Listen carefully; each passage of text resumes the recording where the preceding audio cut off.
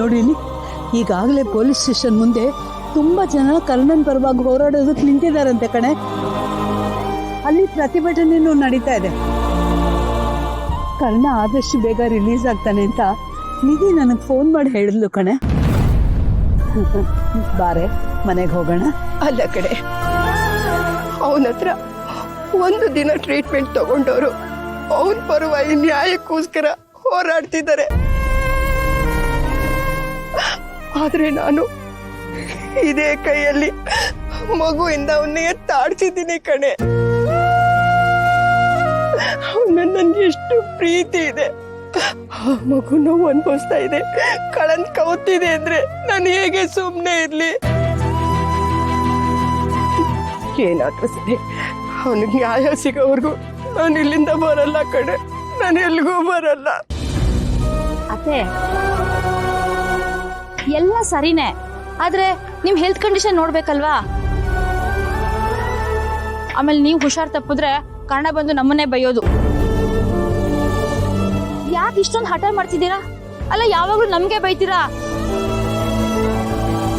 ಇವಾಗ ನೋಡಿದ್ರೆ ನೀವೇ ಒಳ್ಳೆ ಚಿಕ್ಕ ಮಗು ತರ ಕೂತ್ಕೊಂಡಿದ್ದೀರಲ್ಲ. ಬನ್ನಿ ಅತ್ತೆ, ಮನೆಗೆ ಹೋಗೋಣ. ನೋಡು, ಅವರು ಕರ್ಣನ ಅರೆಸ್ಟ್ ಮಾಡಿರ್ಬೋದು, ಆಸ್ಪತ್ರೆನ ಸೀಸ್ ಮಾಡಿರ್ಬೋದು. ಹಾಗಂತ ಸತ್ಯ ಮುಚ್ಚಿಡಕ್ಕೆ ಯಾರಿಂದನೂ ಸಾಧ್ಯ ಇಲ್ಲ ಅಲ್ವಾ? ನೋಡ್ತಾ ಇರು, ಕರ್ಣ ನಿರಪರಾಧಿ ಅಂತ ಎಲ್ರಿಗೂ ಗೊತ್ತಾಗೇ ಆಗತ್ತೆ.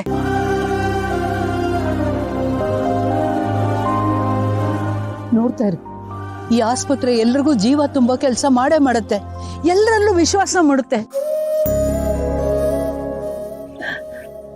ಮುಡ್ದಿಡೆ, ನನ್ನ ಕರ್ಣನ ಒಳ್ಳೆ ಗುಣ ಈ ಆಸ್ಪತ್ರೆನ ಕಾಪಾಡುತ್ತೆ ಕಣೆ. ನಾನು ಅಲ್ಲಿವರೆಗೂ ಎಲ್ಲೂ ಬರಲ್ಲ.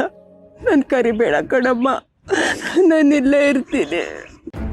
ಓ, ಇವರಿಬ್ರು ಆಡ್ತಿರೋ ಅವತಾರ ನೋಡ್ತಾ ಇದ್ರೆ ಕರ್ಣ ಏನೋ ಒಳ್ಳೆ ದೇವ್ರ ಲೋಕದಿಂದ ಇಳ್ಕೊಂಬಂದ್ಬಿಟ್ಟಿದ್ದಾನೆ ಅನ್ನೋ ಹಾಗಿದೆ. ಓ, ಸ್ಕೋಪ್ ಜಾಸ್ತಿ ಆಯ್ತು ಇವ್ರದ್ದು. ಬಾಬಾ ನೀನೇ ಕಾಪಾಡು. ಅಲ್ಲ, ಕರ್ಣ ಏನೋ ಮಾಡಬಾರದು ಮಾಡ್ದ, ಸಿಕ್ಕಾಕೊಂಡ. ನಾನೇನ್ ತಪ್ಪು ಮಾಡಿದೀನಿ? ಈ ಮುದುಕಿರ ಮಧ್ಯೆ ಸಿಕ್ಕಾಕೊಂಡಿದ್ದೀನಲ್ಲ. ಅಯ್ಯೋ, ಹೇಗಪ್ಪ ತಪ್ಪಿಸ್ಕೊಳ್ಳೋದು?